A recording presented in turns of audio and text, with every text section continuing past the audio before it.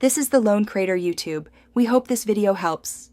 In this video, I will explain how to play Pokémon Sword and Shield Randomizer on PC. Have you ever wanted to experience the Galar region with completely new surprises around every corner?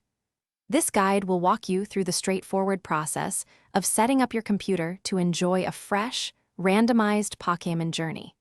We will cover everything from acquiring the necessary tools to launching your custom game, ensuring a smooth and exciting experience from start to finish.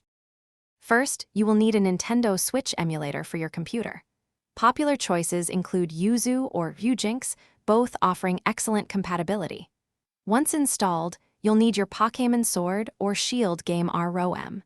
Remember to obtain this legally, perhaps by dumping it from your own game cartridge.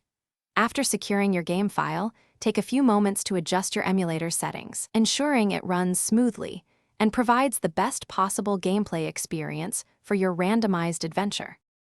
Next, it is time to introduce some chaos. The PKNX Randomizer tool is your key to transforming the game. Open your Pokémon Sword or Shield ROM within PKNX. Here, you can customize nearly every aspect, randomize wild Pokémon, alter trainer teams, change abilities, and even modify evolution lines. There are dozens of settings to explore, allowing for truly unique playthroughs. Once satisfied, save your randomized changes, which will generate a new set of game files ready for use. With your randomized files ready, the final step is to integrate them into your emulator.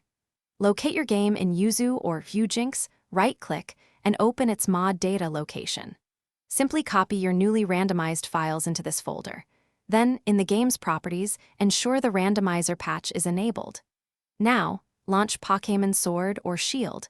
You are all set to embark on an entirely new, unpredictable journey through the Galar region, catching and battling Pokémon you never expected. Thanks for watching. Consider subscribing if we helped you.